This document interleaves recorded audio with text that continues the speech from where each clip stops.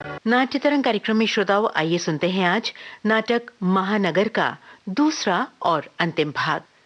नरेंद्र नाथ मित्र के बंगला उपन्यास का ये हिंदी रेडियो रूपांतरण है। अनुवाद और रूपांतरण राधा कृष्ण प्रसाद ने किया। निर्देशक सत्येंद्र शरद। प्रस्तुत है नाटक महानगर का दूसरा और अंतिम भाग।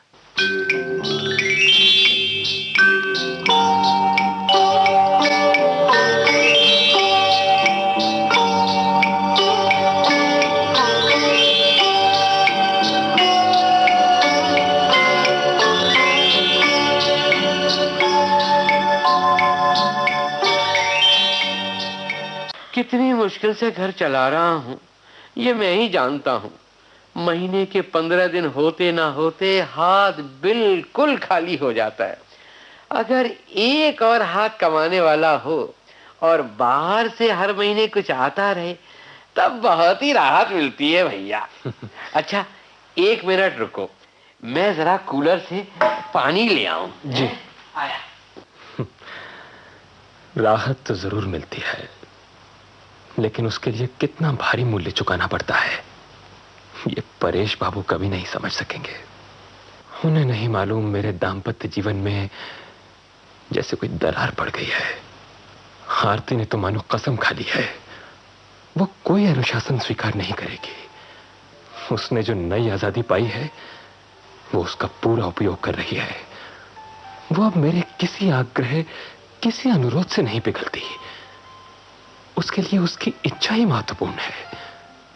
मेरी पसंद नापसंद, सुख सुविधा आरती के लिए अब ज्यादा महत्व नहीं रखती। आरती आरती जैसे मुझसे मीलों दूर हो गई है।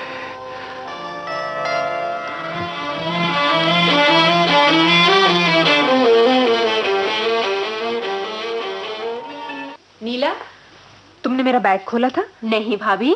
नहीं भाभी कहने से मैं मान जाऊंगी? तुमने मेरा बैग खोला है क्योंकि इसमें एक चीज गायब है। मैं कुछ नहीं जानती भाभी, सच कह रही हूँ। ठहर, तुम्हारा सच अभी निकालती हूँ। सच भाभी, मैंने कुछ भी नहीं निकाला। क्यों तंग कर रही है? मैं सच कह रही हूँ भाभी, कुछ भी नहीं है। अब फिर ये हाथ में क्या ले रखा तूने? कुछ भी नहीं है। देखना। क्या हुआ बहू, क्या हुआ? तुम्हारे ऑफिस जाने का समय हो रहा है। अरे ओ नीला, फेंक दे। कौन बड़ी चीज ले ली है? फेंक दे बेटी। क्या है रे नीला, क्या है तेरे हाथ में? लिपस्टिक है भैया, लो। तुम इसे लेकर क्या करोगे? दो मुझे। अगर नहीं दूं तो? क्या बचपना करते हो? इसे लेकर तुम क्या करोगे? लो, इसके बाद अब सिगरेट पीना कब शुरू कर रही हो? क्या? अरे भाभी, इसे खिड़की से बाहर क्यों फेंक दिया? क्या है भैया, भाभी को बेकार उड़ा दिया। चुप हो जाओ भाभी, चुप हो जाओ। भाभी, इस तरह मन दुखी मत करो। भैया, भाभी ने लिपस्टिक अपने पैसों से नहीं खरीदी थी, वो तो एडिथ ने भाभी को प्रेजेंट की थी। चुप कर, भाग यहां से।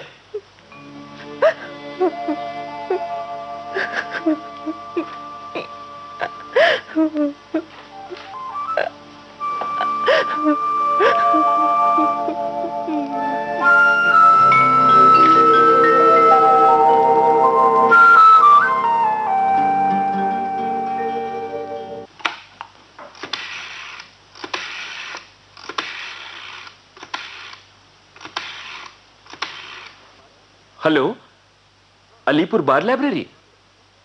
हाँ, मैं निवारण बाबू से बात कर सकता हूं? ठीक है, मैं होल्ड करता हूं। हाँ बाबूजी प्रणाम, मैं सुब्रत बोल रहा हूं। जी हाँ, मैंने आरती के बारे में आपको फोन किया था। नहीं नहीं, वो बिल्कुल ठीक है। लेकिन इस तरह सारे दिन दौड़ धूप करने से वो कितने दिन ठीक रह सकती है? जी, वो क्या किसी की बात मानती है बाबूजी? अपने मन की करती है।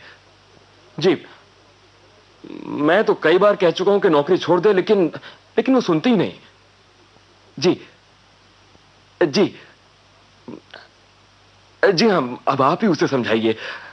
हाँ ठीक है जी। मैं आरती को लेकर आपके यहाँ आ जाऊंगा। जी हाँ, इसी इतवार को। जी अच्छा अच्छा, प्रणाम बापूजी।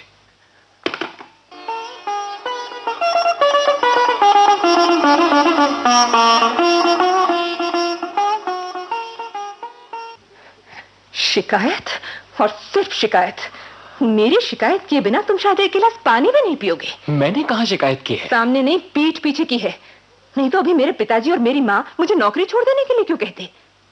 पिताजी से तुमने ना जाने क्या क्या कहा है, और सिर्फ तुम्ही ने नहीं, तुम्हारे बाबूजी ने भी। देखो, मेरे बाबूजी के बारे में कुछ मत कहो। क्यों नहीं कहूंगी? वो भी क्या कम है?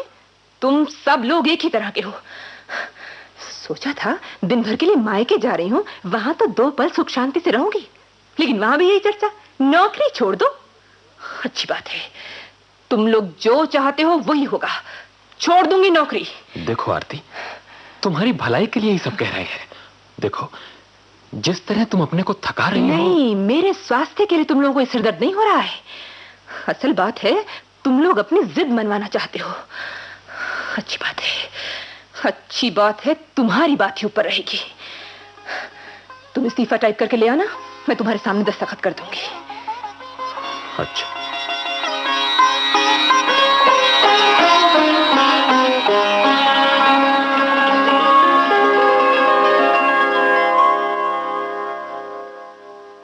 आरती।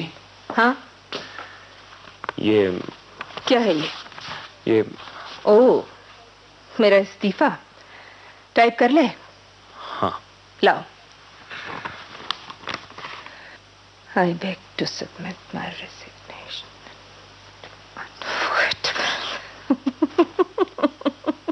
हंस क्यों रही हो? एक दिन तुम इसी तरह मेरी एप्लीकेशन टाइप करके लाए थे। आरती, कोई बात नहीं, मैं इस पे साइन करके दे दूंगी हिमांशु बाबू को।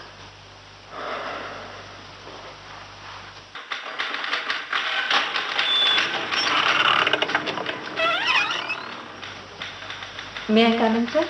अरे, आप हैं मिसेस मजूमदार, आइए। क्या बात है? जी, आपसे कुछ कहना था। हाँ हाँ, कहिए। अरे, आप चुप क्यों हो गई? आपको पता है, सभी जगह आपके काम की तारीफ हो रही है। आप जिन कस्टमर्स के यहाँ गई हैं, किसी को आपसे कोई शिकायत नहीं है। लेकिन आपकी दूसरी साथियों के बारे में ऐसा नहीं कह सकता। हेलो। हाँ, किसे? मिसेस मजूमदार को? वो तो मेरे सामने ही बैठी हैं, अभी देता हूं। आपका फोन है मिसेस मजूमदार। मेरा? हेलो, तुम? हाँ, बात क्या है? हाँ हाँ हाँ, नहीं, अभी तक तो नहीं दिया। क्या? लेकिन क्यों? सुनो, तुम इतने घबराए हुए क्यों लग रहे हो? हाँ हाँ हाँ, क्या ताला लटक रहा है? पुलिस मैनेजर को पकड़ के ले गई है। भीड़ इकट्ठी है। अच्छा अच्छा, मैं घर पे बात करूंगी। हाँ, अच्छा। क्या बात है, आपके चेहरे पर पसीना आ गया है? कोई बुरी खबर है क्या? जी हाँ, वो जयलक्ष्मी बैंक फेल हो गया है। मेरे पति उसी में काम करते थे। ओह, वेरी सैड। लेकिन यह अफवाह तो बहुत दिनों से फैल रही थी कि बैंक की भीतरी हालत ठीक नहीं है, अंदर ही अंदर कुछ गड़बड़ चल रही थी। मेरे ख्याल से मिस्टर मजूमदार को इन बातों का पता होगा। जी नहीं, उन्हें इन बातों का पता नहीं था। पता होता तो घर पर तो कभी बात करते, मेरे पिताजी को ही खबर करते। उनके पैसे इसी बैंक में थे। ओह, वेरी सॉरी मिसेस मजूमदार। ऐसा हो जाएगा किसने सोचा था? खैर, आप इस समय जाइए, मिस्टर मजूमदार को हिम्मत बंधाइए। जी।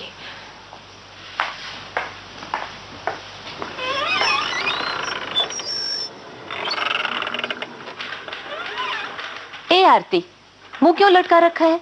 इस तरह हिम्मत हारने से काम चलेगा? मेरी समझ में कुछ नहीं आ रहा है एडिथ, क्या करूं? बी ब्रेव गर्ल, हिम्मत से काम लो। इस टाइम तुम टूट जाओगी तो मिस्टर मजूमदार को कौन संभालेगा? इस वक्त तो तुम ही उनके साथ हो।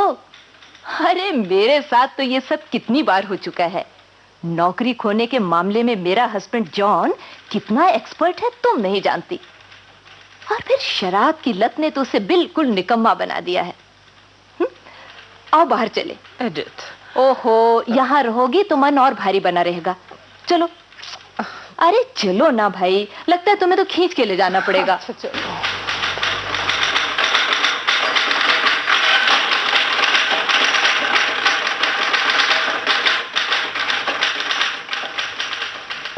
कब आए?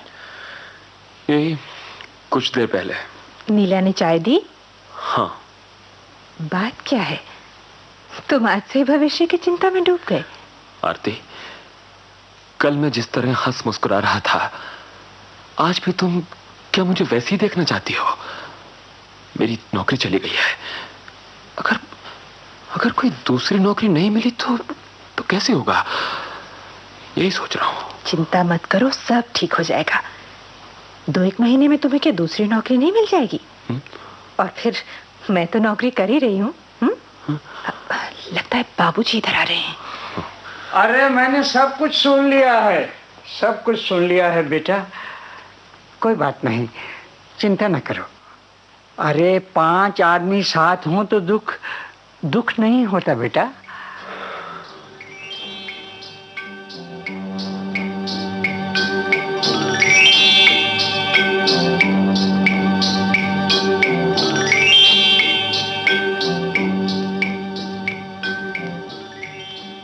हाँ, 6 महीने हो रहे हैं आरती। इतनी जगह एप्लीकेशंस भेजी हैं, कहीं से कोई जवाब नहीं आया है। क्या करूं? मेरी तो कुछ समझ में नहीं आता। दिल छोटा मत करो। घर का खर्च घटा दिया है, दूध में कटौती कर दी है, धोबी को कपड़े देने बंद कर दिए हैं, नौकरानी की भी छुट्टी कर दी है। देखो सब कुछ तो ठीक ठाक चल रहा है। हाँ, ऊपर से तो सब ठीक है, लेकिन अंदर से तुमने ध्यान दिया है आरती? क्या? इधर बाबूजी विक्षिप्त से हो गए हैं। फटा हुआ मैला कुर्ता पहनकर न जाने कहां कहां घूमते रहते हैं। बुढ़ापे में खाने का लोभ भी बढ़ गया है। मां बेहद चिड़चिड़ी हो गई है, तुमसे उलझती रहती है। भाई बहनों की जरूरतें अलग हैं। देखो, ये हमारी परीक्षा के दिन है, इन्हें तो हंस बोल कर निकालना ही है। हाँ।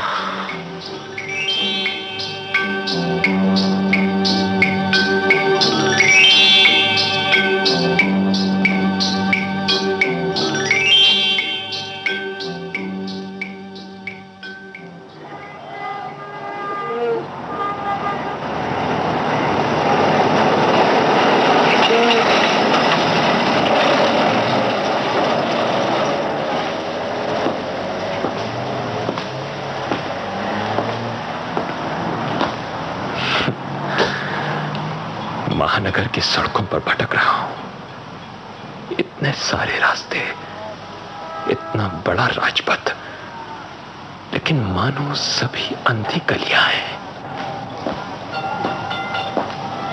आजियो, सुनो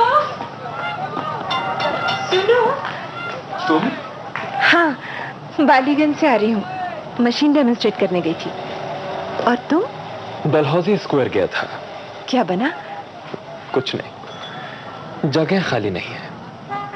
कोई बात नहीं, सामने वाले रेस्तरां में चाय पिए। चाय? देखो भाई, मैं तो बेकार हूँ, मेरी जेब तो रेगिस्तान है। आज मिसेस आरती मजूमदार चाय पिलाएंगी।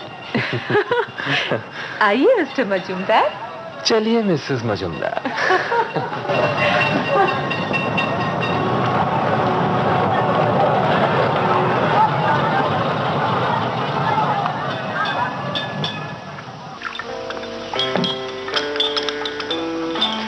लो।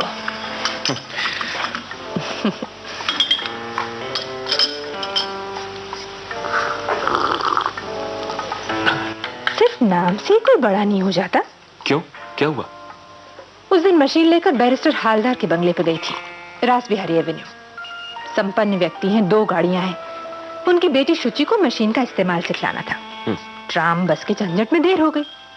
लड़की सजी धजी बैठी थी, मुझे देख उससे में लाल। बोली, आप इतनी देर से आई हैं? मैंने कहा, ट्राम के कारण। बोली, आप टैक्सी से आ जाती, किराया मैं दे देती। आपने मेरा मूड चौपट कर दिया। मैं आज नहीं सीखूंगी, आप जा सकती हैं। भले बुरे की पहचान घर या गाड़ी से नहीं होती, आदमी के व्यवहार से होती है। और सिर्फ बेटी नहीं, उसकी माँ के व्यवहार में भी एक तरह की तिरस्कार की भावना थी। हम लोग मशीन लेकर घूमते हैं, मेहनत करके खाते हैं, इसलिए हम लोगों की कोई इज्जत ही नहीं, कोई सम्मान ही नहीं है। बहुत नाराज लगती हो। अरे तुम हंस रहे हो? पर मैं तो इन दिनों अपना मन ठीक ही नहीं रख पाती। मैं भी लोगों को मुंह तोड़ जवाब देने लगी हूँ। आरती, ये सब मत करना। लड़ाई झगड़ा जो भी करना हो मेरे साथ करो। क्या कह रहे हो? जब किसी बात पर गुस्सा आएगा तो सामने वाले आदमी पर नहीं निकलेगा, वो निकलता भी है। इसीलिए कुछ लोगों ने हिमांशु बाबू से मेरे व्यवहार की शिकायत भी की है। आरती, समझदारी से काम लो। तुम्हारे खिलाफ रिपोर्टें आना ठीक नहीं। देखो, आजकल हमारे बुरे दिन हैं, तुम्हारी नौकरी ही एक सहारा है।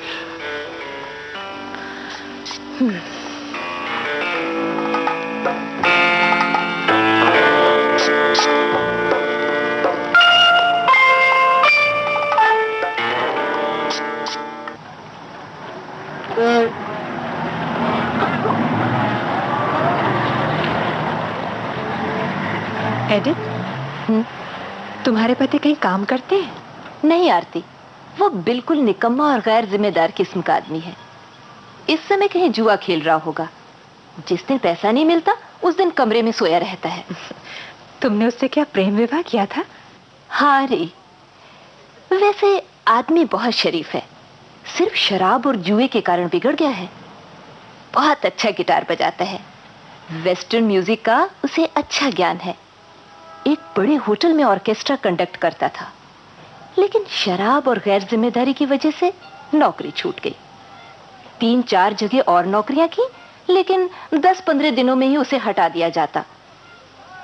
शराब के नशे में तो वो मुझे पीटता भी है। ओ माँ, तुम्हें पीटता है और तुम चुपचाप पिट जाती हो? और क्या करूं? लोग कहते हैं डाइवोर्स ले लो, लेकिन आरती, डाइवोर्स लेने से वो सुधरेगा थोड़े ही। बचपन का साथी है, उसे छोड़ कैसे सकती हूँ? बहुत प्यार है उससे। प्यार ना होता तो इस रास्कल को कब का छोड़ ना देते। अच्छा भाई, अब मैं घर लौटूंगी। चलो, मैं तुम्हें सर्कुलर रोड तक छोड़ाऊं। चलो। आजकल तो दफ्तर में बहुत टेंशन है। हाँ, मिस्टर मुखर्जी इधर बहुत चिड़चिड़े हो गए हैं। लगता है उनका कारोबार आजकल ठीक नहीं चल रहा। मैंने सुना है इनकम टैक्स वाले पीछे पड़े हैं। इसमें हम लोगों का क्या दोष है? हम तो पहले की तरह मेहनत कर रही हैं ना। दोष ना होने पर भी सब दोष हम लोगों के सिर पर ही थोपे जाएंगे। शायद बिजनेस का यही नियम है। अरे आरती, लो तुम्हारी ट्राम आ गई। अब मैं लौटती हूँ। Okay, bye bye.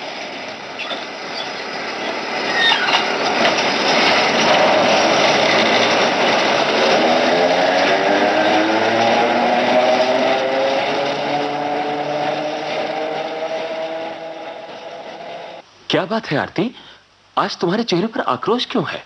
बस ऐसे ही।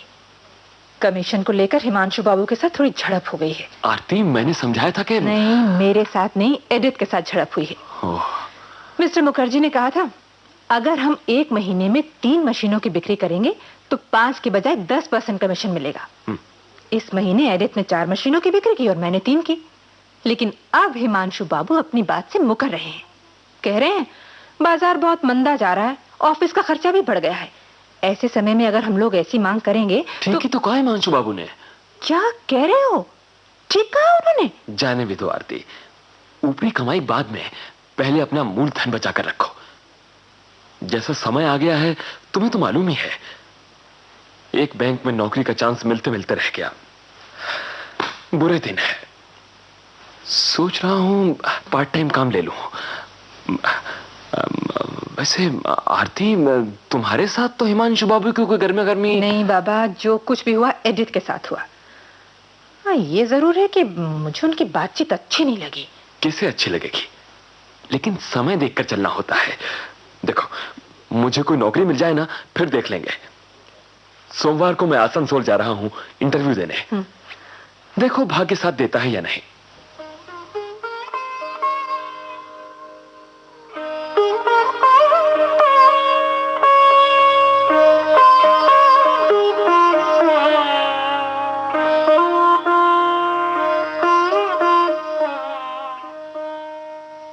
आरती, क्या हुआ इंटरव्यू का? सब मुलम्मा था। उन लोगों ने पहले से ही आदमी चुन रखा था। ओह। लेकिन तुम आज 3 बजे कैसे चली आई? इतनी जल्दी छुट्टी हो गई? क्या हुआ, बताओ ना। बाद में बताऊंगी। बाद में क्यों, अभी बताओ। मैंने नौकरी छोड़ दी है। क्या? नौकरी छोड़ दी है? क्यों? मान सम्मान के साथ अब वहां नौकरी नहीं की जा सकती। हिमांशु बाबू ने तुमसे कोई अपमानजनक बात कही? उन्होंने समझ के रखा है अपने आप को। उन्हें सबक नहीं सिखाया तो मेरा नाम भी। अरे क्या हो गया बेटा, क्या हो गया? इतना गुस्सा क्यों कर रहे हो सुब्रत? अरे हुआ क्या? आरती ने नौकरी छोड़ दी है। हिमांशु बाबू ने नहीं, हिमांशु बाबू ने मेरा अपमान नहीं किया है। तब फिर क्या हुआ? उन्होंने एडिथ का अपमान किया है। एडिथ का? लेकिन इससे तुम्हें क्या मतलब है? कमीशन वाली बात पर जिस दिन एडिथ से झड़प हुई थी, उसके बाद से हिमांशु बाबू रेगुलरिटी को लेकर और ज्यादा स्ट्रिक्ट हो गए। और किसी के ऊपर नहीं, एडिथ के ऊपर ही उनका गुस्सा ज्यादा था। कस्टमर के यहाँ जरा भी देर हो जाती तो एडिथ के आते ही पूछते कहाँ अड्डा जमा कर बैठ गई थी। लेकिन आज एडिथ नहीं थी, वो बीमार थी और उसने एप्लीकेशन भिजवा दी थी। इधर रिपन स्ट्रीट पर किसी के यहाँ मशीन का डेमोन्स्ट्रेशन जरूरी था।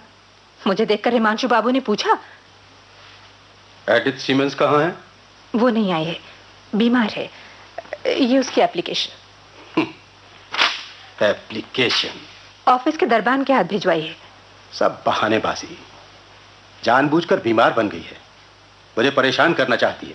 जानती है ना कि आज नहीं आएगी तो हमारा नुकसान होगा। नहीं सर, ये बात नहीं है। दरबान देखकर आया, वो बिस्तर पर लेटी हुई थी। बिस्तर पर नहीं लेटेगी तो क्या करेगी? कल इतवार था। आप एडिथ के बारे में ऐसी बातें नहीं कह सकते हिमांशु बाबू। सॉरी, आपके सामने शायद नहीं कहना चाहिए था, लेकिन जो कुछ कहा है वो ठीक कहा है। एडिथ वैसी ही है। नहीं, एडिथ वैसी नहीं है।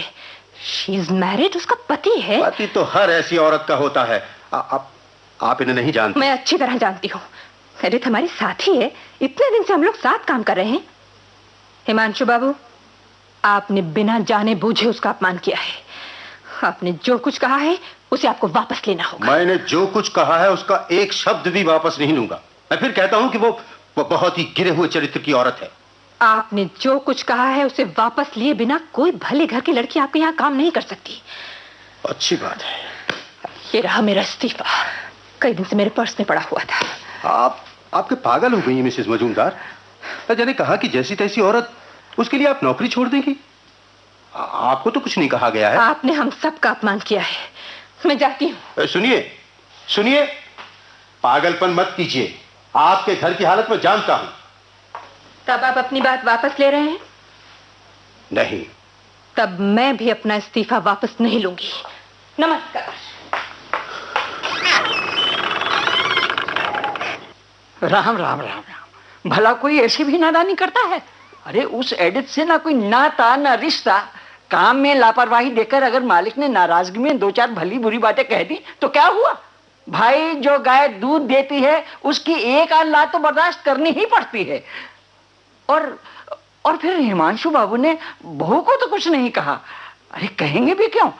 एक ही जिले के आदमी हैं, एक तरह से अपने आदमी हैं। बाबूजी, होंगे हिमांशु बाबू हमारे आदमी हैं, लेकिन वो इस बात को नहीं जानते कि जो स्त्री काम करने जाती है उसका भी आत्मसम्मान होता है। वो अपमानित होने के लिए नौकरी करने नहीं जाती। अरे अभी क्या हम लोगों के अभिमान करने का समय है? जरा सी बात पर इस तरह नौकरी छोड़ना मेरी तो समझ में नहीं आता। और मजेदार बात तो यह है माँ, जिसका अपमान किया गया है वो अब तक शायद ऑफिस में आ भी गई होगी। वो हम लोगों की तरह भावुक और आत्मसम्मान वाली लड़की नहीं है। सुनो, इधर आओ। कहो। तुम क्या बाहर जा रहे हो? हाँ। तब मुझे क्या करने को कहते हो? इस्तीफा वापस ले लूं? आरती, मैंने सोचा था और कोई नहीं, मगर तुम तो मुझे समझते होगे। आरती, तुम जरूर समझोगे मैंने ऐसा क्यों किया। क्यों?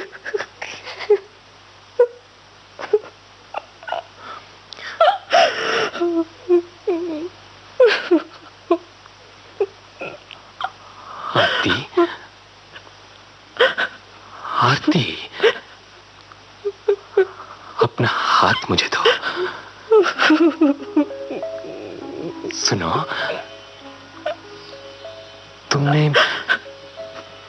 ठीक ही सोचा था और तुमने ठीक ही किया है। आरती, आरती, आरती,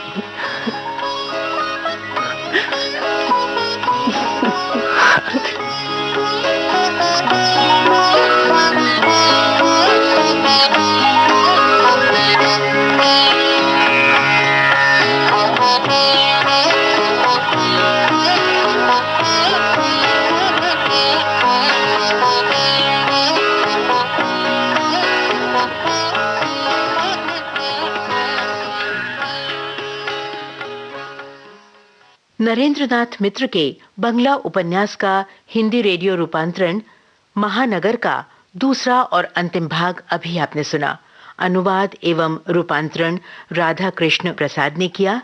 इसका निर्देशन सत्येंद्र शरत ने किया।